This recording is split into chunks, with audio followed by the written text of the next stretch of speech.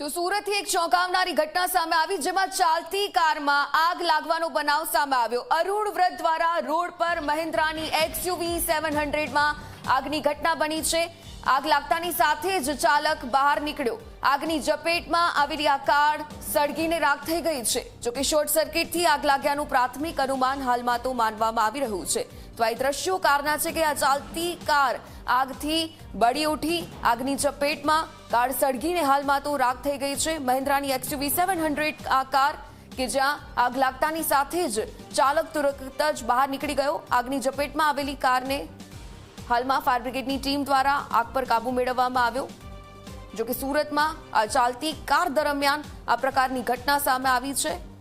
અરુણ વ્રત દ્વારનો આ રોડ કે જ્યાં કાર જ આખી સળગી ઉઠી। જો કે કારની ઝપેટમાં આવેલી કારને સળગીને રાખ થઈ ગઈ છે।